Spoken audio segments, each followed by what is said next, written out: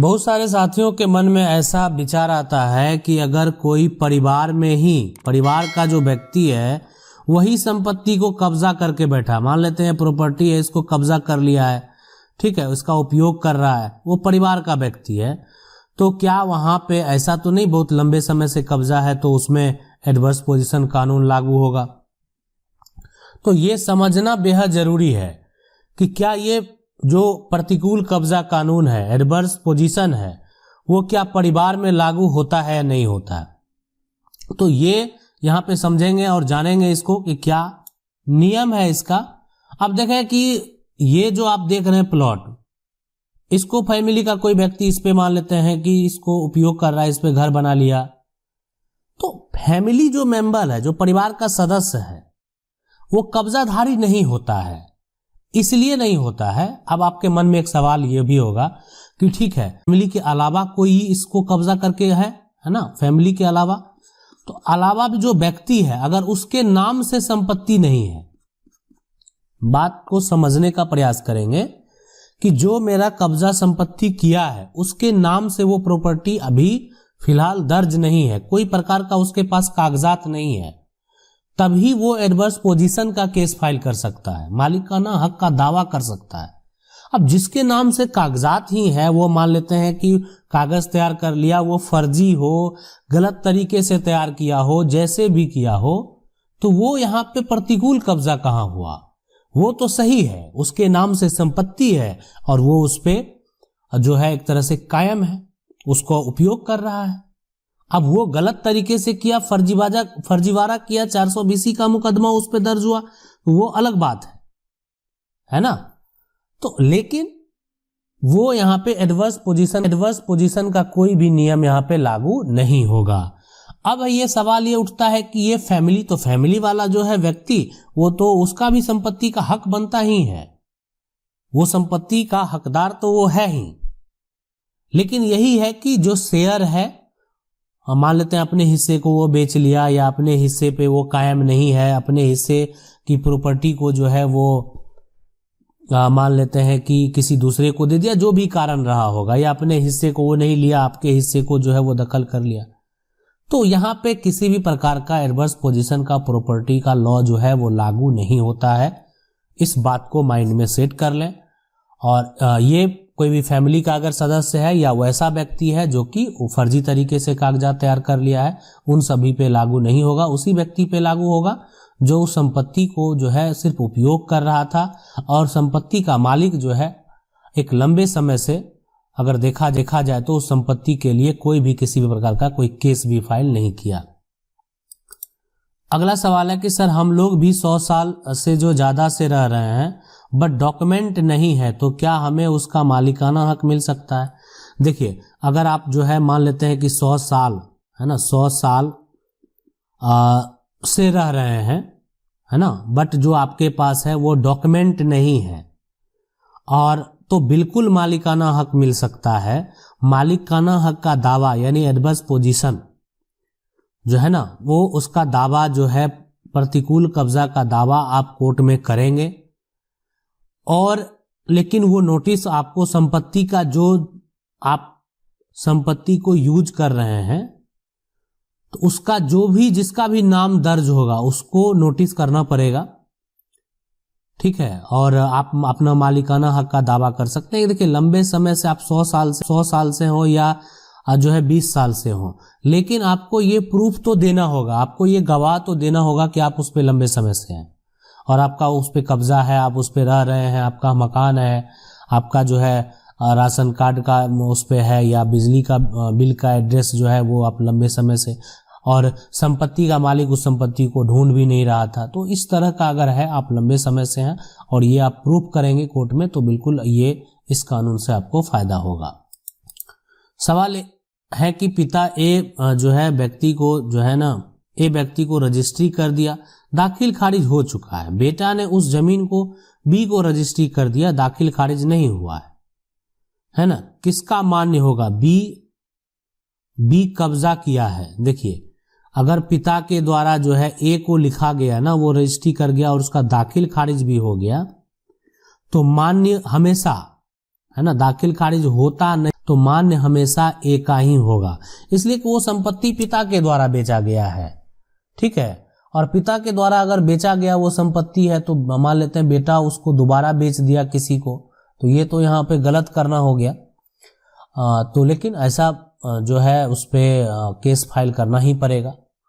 कि इसलिए कि जो सेकेंड रजिस्ट्री है उसको कैंसिल करवाना पड़ेगा, वो गलत तरीके से किया गया रजिस्ट्री है। तो इसमें जो एक व्यक्ति ए है, जो भी करना होगा ए व्यक्ति को ही करना होगा। सवाल है कि सर मेरे दादाजी की जमीन जो है मैं मेरे पिता बड़े भाई को ज्यादा और मुझे कम मिला, किस एक्ट के जो है तहत 2 हिस्से में इक्वल बांटने को बोले हैं। देखिए इसमें जो एक्ट है कि जो पैतृक संपत्ति है, सबसे पहले दादा की संपत्ति है और पिता बड़े भाई को ज्यादा मिला कम मिला तो मिलना बराबर है। देखिए तो इसके लिए देखिए बंटवारा से संतुष्ट नहीं है ना, बंटवारा से अगर संतुष्ट नहीं है तो पार्टीशन सूट कर दीजिए, जो है सिविल न्यायालय से पार्टीशन सूट फाइल कर दीजिए, और इसमें सारा कुछ जो है आपको कितना मिला और जो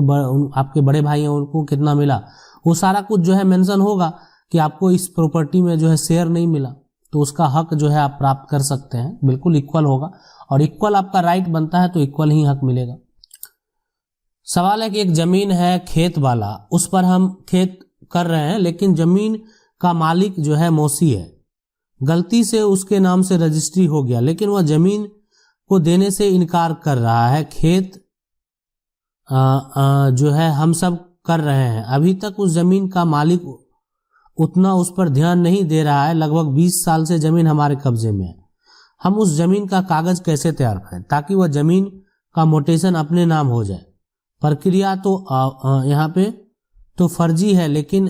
करना पड़ेगा, इसका क्या उपाय है? इसमें सरपंच का क्या योगदान रहेगा? यदि सरपंच के द्वारा कागजात बनाकर दाखिल खारिज हो सकता है, लेकिन कोई ना कोई उपाय जरूर बताएं ताकि हम जमीन अपने नाम करा सकें। देखिए सबसे बड़ी बात है कि जो संपत्ति का मालिक है जो भी है वो आप 20 साल से उस संपत्ति को जो है यहाँ पे कब्जे में है, तो आपके लिए तो यहाँ पे अगर देखें हम आपको कोई गलत आइडिया तो फिलहाल अभी दे नहीं सकते हैं, देना भी नहीं चाहिए। और जो लेकिन 20 साल से आप कब्जे में है तो एक ही यहाँ पे है कि 20 साल आप मान लेते हैं आपके सपोर्ट में अगर ग्रामीण के लोग हैं तो आप जो है यानी कब्जा कानून के तहत जो है प्रतिकूल कब्जा कानून के तहत आप केस फाइल कर सकते हैं कि आप जो है उस संपत्ति से 20 साल से कायम हैं और उपयोग कर रहे हैं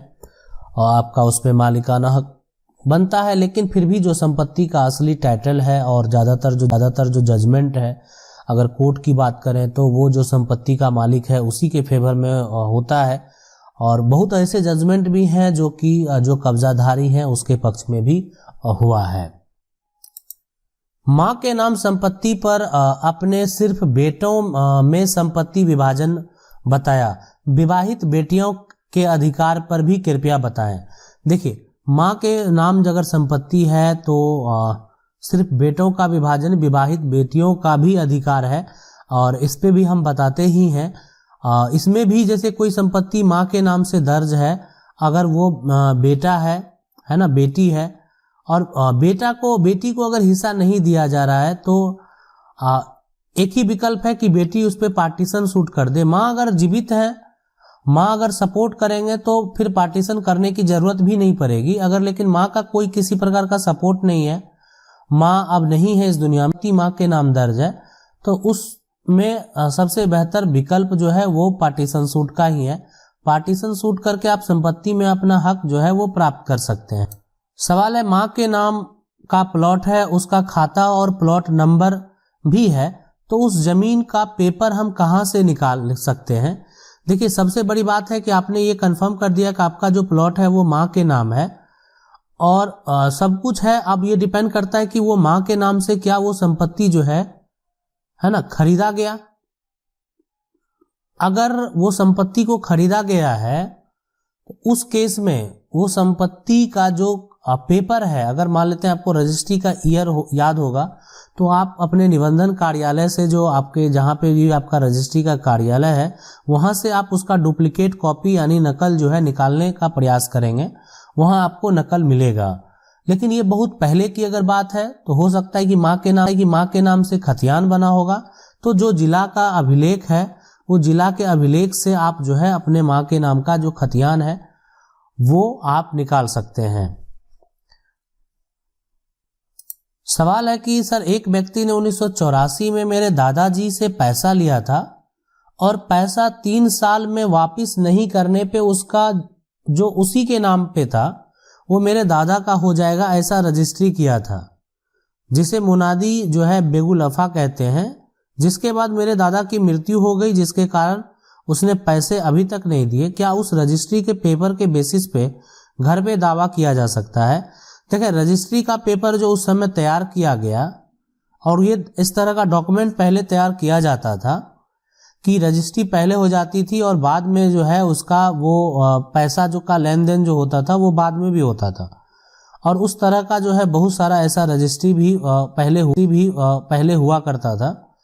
तो अगर इसमें आपको जो है पैसा नहीं मिला है और जो पेपर है वो सही में पेपर रजिस्टर्ड है, मतलब होता है कि सिर्फ एक स्टाम्प पेपर लिख के सारा बात लिख देना, एक होता है कि उसको लीगल तरीके से सब कुछ रजिस्टर्ड कराना। अगर वो रजिस्टर्ड है, उसका इंफॉर्मेशन जो है वो रजिस्ट्री कार्यालय में भी अवेलेबल है, तो बिल्कुल उस पर आप दावा कर सकते हैं और दावा के साथ साथ आपको जो हक है वो भी जरूर मिलेगा।